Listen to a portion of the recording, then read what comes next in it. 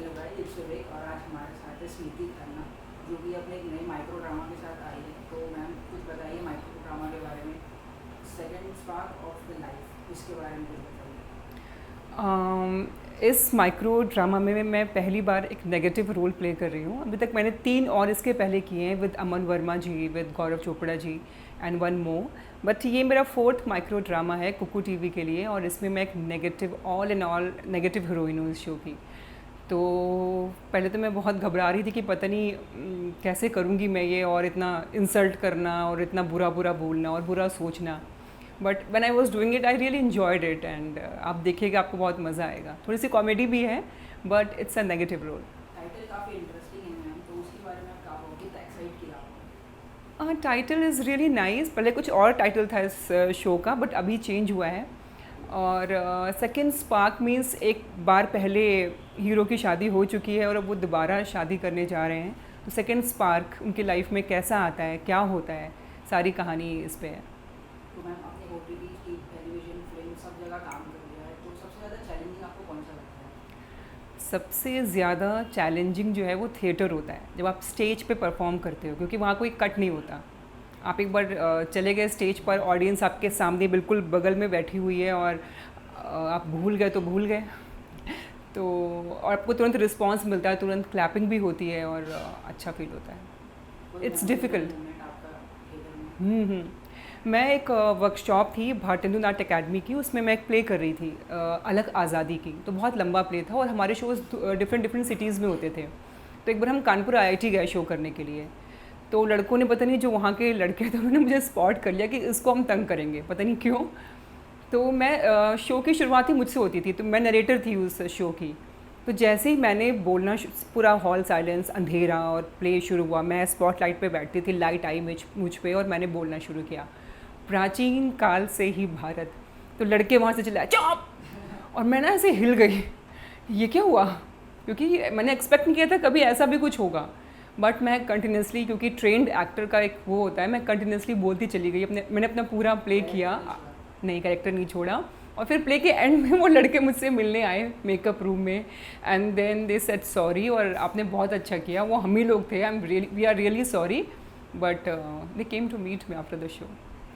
जैसे कि मैम आपने इस शो में नेगेटिव रोल भी कर लिए और पॉजिटिव तो आप पहले से ही करते हो, तो आप किसको सबसे ज़्यादा एंजॉय करते हो?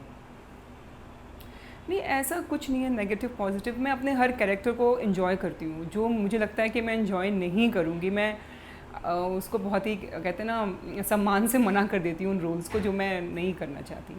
क्योंकि luckily my husband is also in this profession, तो मुझे इतनी छूट है कि मैं चूज़ कर सकती हूँ कि मैं क्या करूँगी क्या नहीं करूँगी। तो टेलीविज़न का जो आपका सफ़र है मैम, उसके बारे में आप क्या कहोगे? इतनी लंबी जर्नी से आप इतने आगे आए हो, क्या कहोगे इसमें? मतलब एक्सपीरियंस है, कभी हाई कभी लो। मैंने कभी एक्सपेक्ट नहीं किया था कि मैं बॉम्बे आऊँगी। मैंने अपने शो का ऑडिशन, मैं लखनऊ से हूँ, तो लखनऊ में ही दिया था। तो घर की लक्ष्मी बेटियाँ के लिए, जिसमें 4 बेटियाँ थीं, वो लड़कियाँ डिफरेंट सिटीज़ में जी टीवी ढूंढ रहा था। तो Punjab, Mumbai, even different cities में उसके ऑडिशंस चल रहे थे, दिल्ली और सब जगह। तो लखनऊ में भी उसका ऑडिशन हुआ। सो लकली आई गॉट सेलेक्टेड। धीरज कुमार जी का शो था, और मैं, कहते हैं ना, काम के साथ बॉम्बे आई। मतलब मुझे फ़्लाइट का टिकट मिला और मैं अपने पेरेंट्स के साथ बॉम्बे आई, तो किस्मत की बात है। ओटीटीज़ के बारे में आपका क्या ख्याल है मैम, कि कितना अपॉर्चुनिटी मिलता है एक्टर्स को? आजकल तो बहुत ज़्यादा अपॉर्चुनिटीज़ हैं, लाइक वर्टिकल्स भी अभी आ गए हैं, ओटीटी है, मूवीज़ हैं, शॉर्ट मूवीज़ हैं। इनफैक्ट आजकल लोग यूट्यूब के लिए भी कितना कुछ बना रहे हैं। तो कंटेंट अगर आप क्रिएट करना चाहते हो तो बहुत सारे मीडियम हैं, और सब मीडियम अपनी जगह अच्छा कर रहे हैं। सबकी अपनी ऑडियंस हैं, सबके अपने फॉलोअर्स हैं। So I think everybody is doing good job. Reality show के बारे में आप क्या कहोगे मैम, जैसे कि अभी बिग बॉस हो गया, आप कहीं जाना पसंद करोगे? ऑफ और जैसे कोर्स कि ऑफ कोर्स, मुझे तो फिलहाल बहुत पसंद है। मैं तो अभी वो लॉकडाउन देख रही हूँ, लॉकअप, शिद्दत, हाँ लॉकअप, सॉरी, शिद्दत से लॉकअप को फॉलो कर रही हूँ। तो तो मुझे, आपको सबसे ज़्यादा कौन पसंद आ रहा है उसमें? किसको सी, आप? शिल्पा शिंदे को मैं पर्सनली जानती हूँ, उनके साथ मैंने काम किया हुआ है, तो मुझे वो वैसे ही बहुत पसंद है। और भी बाकी लोग सारे अच्छा कर रहे हैं शो में। बाहर से आप कुछ मैसेज देना चाहेंगे? मैं क्या दूंगी, वो सब इतने पूरा ट्रेंड गेम होके। आपको कैसा लग रहा है? बहुत बढ़िया गेम लग रहा है। किसका, शिल्पा का? जी। शिल्पा तो हमेशा अच्छा करती हैं, she is very very confident, और इतनी उनकी इंसल्ट कर रहे हैं लोग, उनको आंटी वांटी पता नहीं क्या क्या बोल रहे हैं, पता नहीं क्यों बोल रहे हैं, और ये क्यों? एक्टर को इस तरह कर रहे हैं ऑफ कोर्स, शो के, खाली शो के लिए, यस यस, टीआरपी के लिए। और मुझे समझ में नहीं आता कि लोग इस पे एज पे क्यों कमेंट करते हैं कि अरे आंटी और ये इतनी बड़ी हैं और इनका तो बच्चा नहीं है। ये कह के आप उनका गेम ख़राब नहीं कर रहे हो, आप अपने को बुरा दिखा रहे हो उस गेम में, आप अपना कैरेक्टर दिखा रहे हो। रियलिटी शो के लिए लोग इतना इस तरह से चले जाते हैं, इसलिए आप क्या कहोगे? क्या करते हैं? इस तरह लोगों को टॉलरेट करना पड़ता है वहाँ पे। ये तो पार्ट है, ये देखिए, ये यही जर्नी दिखाती है कि आप कितने स्ट्रांग हैं।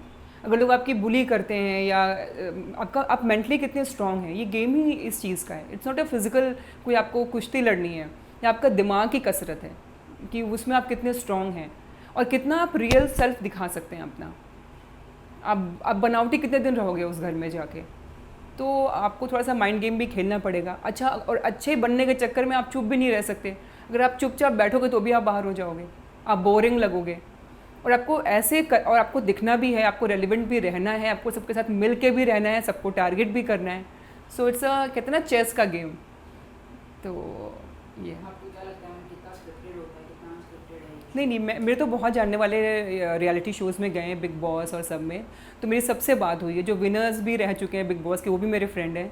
तो ऐसा स्क्रिप्टेड नहीं होता, बिल्कुल भी नहीं होता। पहले मुझे भी लगता था, लेकिन नहीं। तरुण सर के लिए आप क्या कहोगे मैम? जैसे कि वो आपके सबसे बड़े, मेरे को लगता है, क्रिटिक्स हो सकते हैं। Yes yes, of course, full time. कितना सपोर्ट करते हैं आपको, मतलब शोज़ के लिए कैसे आपको मोटिवेट करके रखते हैं? उनका तरीका थोड़ा अलग है, मतलब वो मुझे प्रॉपर मोटिवेट करते हैं। मेरे कभी उसमें ये नहीं आता कि तुम काम नहीं करो। मुझे हमेशा कहते हैं तुम करो, तुम्हें जो अच्छा लगे करो, तुम सोशल मीडिया के लिए करना चाहती हो तो करो, टीवी करो, जो तुम्हें मिले करो। सो ऐसा कुछ नहीं बोलते हैं। अगर मैं अच्छा काम नहीं करती हूँ तो ऑफ कोर्स बोलते हैं कि ये तुम्हारा काम बहुत बुरा था, थोड़ा इम्प्रूव करो एज एन एक्टर और देखो। और रियल फीडबैक मिलता है आपको? रियल फीडबैक, बिल्कुल अनफिल्टर्ड। कई बार मैं बुरा भी मान जाती हूँ कि इतना रूडली कौन बोलता है, तो बोले कि नहीं, अगर मैं नहीं बोलूँगा तो कौन बोलेगा। He is right. Social media के बारे में आपका क्या कहना है मैम? सोशल मीडिया तो मैं तो कमाल कर दिया है। जो लोग नहीं आ सकते थे बॉम्बे या किसी बड़े प्लेटफॉर्म पे, वो अपने घर से बनाकर फेमस हो रहे हैं। इससे ज़्यादा क्या, ये तो सपने जैसी बात है कि कभी उन्होंने सोचा भी नहीं होगा। गांव के लोग आज लोग उनको जानते हैं। One of the biggest example Faizu है मैम। हाँ, ऑफ कोर्स फैजू है, और भी बहुत सारे लोग हैं। जो लड़कियां भी काफ़ी, मैं नाम नहीं उनका मुझे याद आ रहा है, मैं भी उनकी फ़ैन हूँ, मैं उनकी रील्स देखती हूँ, काफ़ी अच्छी कॉमेडी करती हैं वो। पता नहीं नाम क्यों स्लिप हो रहा है, but they are doing great. और उनको बुलाया जा रहा है उनकी फॉलोअर्स देखकर रियलिटी शोज़ में, just imagine. Yes yes, of course. तो अब ये नहीं कि आप बॉम्बे आओ, यहाँ किराए पे घर लेके रहो, स्ट्रगल करो, ऑफिसेज में जाओ तो आपको काम मिलेगा। आप अपने शहर में बैठ के कुछ, अगर आप में टैलेंट है, आप उसको शोकेस कर सकते हो। अब कोई भी चीज़, कोई भी आपको छुपा नहीं सकता कि नहीं भाई आपको तो अंदर एंट्री नहीं मिलेगी ऑफिस में, ऐसा कुछ नहीं है। आपके पास मोबाइल हो बस। सोशल मीडिया पे मैम हमने देखा है कि आप फिटनेस को बहुत प्रमोट करते हैं, तो फिटनेस क्यों और किस लिए ज़रूरी है, इसके लिए क्या कहोगे? देखिए, फ़िटनेस तो सबसे कहते हैं ना बेसिक चीज़ है हर इंसान के लिए, भले वो एक्टर हो या ना हो। अगर आप फिट नहीं है, आपके पास बहुत सारा पैसा है, सब कुछ है, क्या करोगे आप उस पैसे का? तो fitness is very very important. अगर आप लड़की हो, आदमी हो, कोई भी हो, आपको फिट तो रहना ही पड़ेगा। उसके लिए आपकी डाइट अच्छी होनी चाहिए। आप एक कहते हैं ना एक बैलेंस डाइट लो, थोड़ी बहुत एक्सरसाइज करो, टाइम पे सोना बहुत इंपॉर्टेंट है। 8 घंटे की नींद कभी भी नहीं कि दिन में सो लिया जी 8 घंटे, नहीं, रात की वो 8 घंटे की नींद, रात में जो हीलिंग होती है बॉडी की, वो दिन में नहीं होती। तो आप दिन में कितना भी सो लो, अगर आप रात को नहीं सोए हो ना तो आप फ्रेश नहीं लगोगे। मैम जैसे कि आपकी स्किन में देख पा रहे हो कि काफ़ी ग्लो कर रही है, तो इसका क्या सीक्रेट है? इसका सीक्रेट है कि मैं थोड़ी अच्छी स्किन केयर करती हूँ, पूरी स्लीप लेती हूँ, आपने लाइटिंग बहुत अच्छी की हुई है और थोड़ा सा मेकअप भी है। तो लास्टली मैम अपने फ्रेंड्स के लिए क्या कहोगे? मैं बस यही बोलना चाहूँगी कि आप जैसे मुझे प्यार देते हैं, आप मुझे इंस्टा पे इतने अच्छे अच्छे मैसेजेस भेजते हैं, मैं कुछ का जवाब शायद नहीं दे पाती हूँ, तो प्लीज़ आप मुझे रूड मत समझना। कई बार मैं बिज़ी होती हूँ और कई बार इतने सारे आपके कमेंट्स आते हैं, बट मैं सबको पढ़ती हूँ और मुझे बहुत बहुत खुशी होती है। अगर आप हैं तो हम हैं। एक क्वेश्चन और मेरे दिमाग में आ रहा है मैम, अगर आप कोई बायोपिक करना चाहो या कोई फिल्म में आना चाहो तो क्या होगा वो कैरेक्टर, किस तरीके का कोई ड्रीम रोल? ड्रीम रोल मैं आपको बताऊँ तो मुझे सीता और गीता बहुत पसंद है, क्योंकि मुझे लगता है कि मैं बहुत सिंपल लड़की भी बन सकती हूँ, बहुत सीधी, जो मैं एक्चुअली हूँ, और मैं बहुत टेढ़ी भी बन सकती हूँ। तो I want to show both the side of me in movie और अ सीरियल।